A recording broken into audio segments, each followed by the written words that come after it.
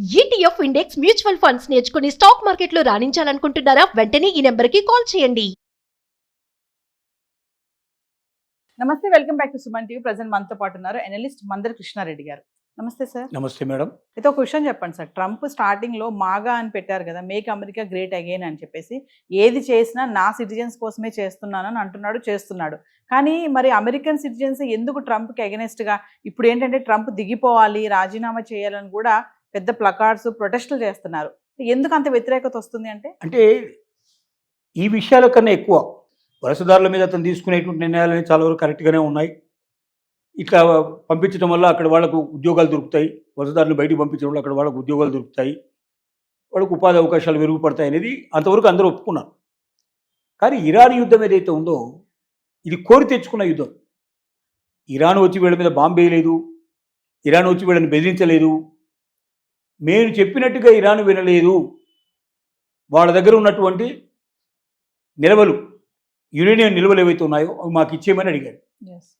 మేము మీకెందుకు ఇస్తాం, మేము ఇంత కష్టపడి సేకరించుకొని మేము డెవలప్ చేసుకున్నాం, మేము భవిష్యత్తు లోపల దీని ద్వారా అణుబాంబులు తయారు చేసుకుంటామని వాళ్ళు చెప్పారు. అన్ని దేశాలు అణుబాంబులు తయారు చేసుకుంటున్నాయి. ఏ దేశానికి రిస్ట్రిక్షన్ లేకుండా ఒక్క ఇరాన్కు మాత్రమే రిస్ట్రిక్షన్ పెట్టి ఆ దేశం అణుబాంబులు తయారు చేయడానికి వెళ్ళలేదు, వాళ్ళ దగ్గర యురేనియం ఉండడానికి వెళ్ళలేదు అనేది ఒక సాకు. రెండోది, వాళ్ళ దగ్గర ఉన్నటువంటి మొత్తం ఏవైతే చమురు నిల్వలు ఉన్నాయో అవన్నీ మాకు సొంతం కావాలి, మేము ప్రపంచం మీద పెత్తనం చెలాయించాలి. ఇలాంటి దొంతమ్మ కోరికలతోటి ఇరాన్ మీదకి వెళ్ళి వారం రోజుల్లో యుద్ధం ముగుస్తుందని చెప్పినటువంటి యుద్ధం ఇప్పుడు దాదాపుగా 35 రోజులు దాటిపోయే పరిస్థితి ఏర్పడింది. ఇది ఇంకెంతకాలం కంటిన్యూ అవుతుందో తెలియని సిచ్యువేషన్ ఉంది. ఇరాన్ ఏమాత్రం వెనకపోవడం లేదు, ప్రతిరోజు ప్రతిఘటిస్తూనే ఉంది. 50,000 మంది సైనికులు తీసుకువెళ్ళి అక్కడ పెట్టాడు. సో ఇదంతా నడుస్తుంది పరిస్థితి. దీనివల్ల ఏమవుతుంది, పెట్రోల్ ధరలు పెరిగిపోయినాయి, నిత్యావసర ధరలు పెరిగిపోయినాయి. అమెరికాలో కూడా అదే పరిస్థితి. అమెరికాలో సిచ్యువేషన్ ఇదే. మరి సామాన్యులు బతకడం అనేది భారతదేశంలో ఎంత కష్టమో అమెరికాలో కూడా బతకడం అదే కష్టం. అక్కడ ఇంకా కాస్ట్ ఆఫ్ లివింగ్ ఎక్కువ కాబట్టి వాళ్ళంతా వ్యతిరేకిస్తున్నారు, అమెరికన్స్ కూడా వ్యతిరేకిస్తున్నారు. ఇప్పుడు ఇరాన్ యుద్ధం వల్ల కొంతమంది అమెరికన్స్ చనిపోతున్నారు, సైనికులు అక్కడ పోయి చనిపోతున్నారు.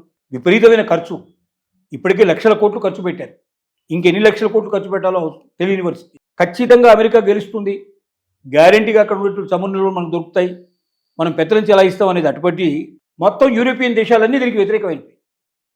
ఇప్పుడు ఇటలీ వద్దంటుంది, ఫ్రాన్స్ వద్దంటుంది, తర్వాత నిన్న ఇంగ్లాండ్ కూడా మేము యుద్ధంలో పార్టిసిపేట్ చేయి, మాకు యుద్ధానికి సంబంధం లేదని చెప్పి చాలా క్లియర్గా చెప్తుంది. అన్ని దేశాలు వ్యతిరేకిస్తున్నాయి. అంటే ఈ దేశాలతోటి విభేదం తెచ్చుకోవడం ఒకటైంది. రెండోది, గల్ఫ్ దేశాల్లో ఇప్పటిదాకా పెత్తనం చెలాయించిన పరిస్థితి నుంచి కూడా గల్ఫ్ దేశాలు కూడా నిర్ణయానికి వస్తున్నాయి, మాకు అమెరికా పెత్తనం వద్దు, అమెరికాకు సంబంధించినటువంటి ఇక్కడ ఏమీ పెట్టడానికి వీల్లేదు, వాళ్ళ బేస్ ఇక్కడ తయారు చేసుకొని ఎయిర్ బేస్లు ఇక్కడ పెట్టుకొని వాళ్ళ బాంబులు వాళ్ళకి సంబంధించిన విమానాలను ఇక్కడ ఆపుకొని వాళ్ళ సైనికులు ఇక్కడ పెట్టుకునే అవకాశం మేము కల్పించాం.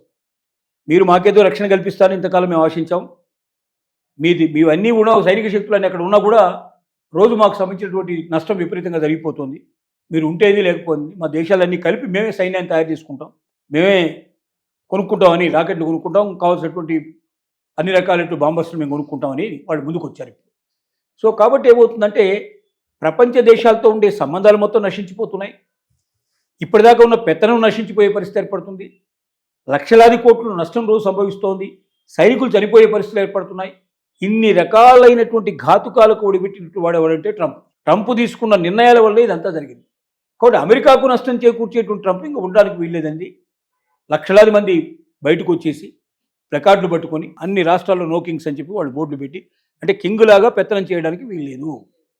ఇది రాజుల కాలం కాదు, ఇది ప్రజలు చెప్పినట్టుగా వినాలి తప్ప నీ ఇష్టం వచ్చినట్టుగా నువ్వు ప్రవర్తించడానికి వీల్లేదు ఏ ప్రెసిడెంట్ కూడా అని చెప్పేటువంటి భావనకి వాళ్ళు ప్రయత్నం చేస్తాం.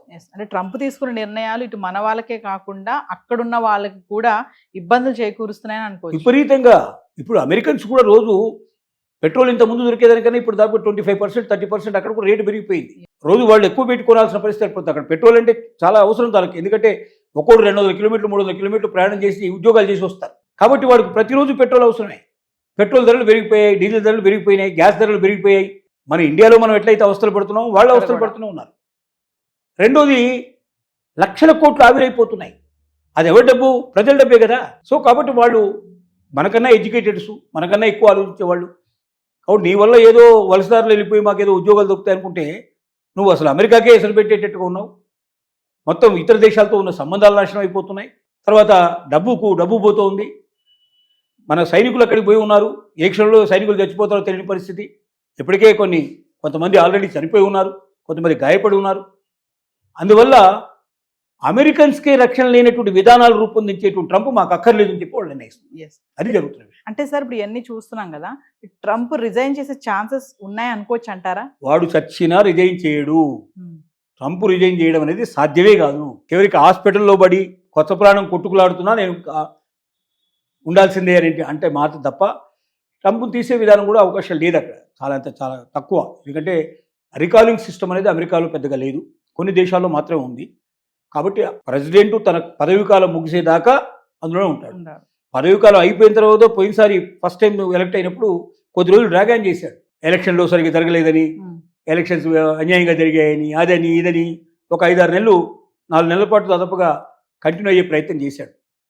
కాబట్టి అతను తనంతట తనగా రిజైన్ చేసి పోయేంత నాజూకువాడు కాదు, మంచివాడు కాదు.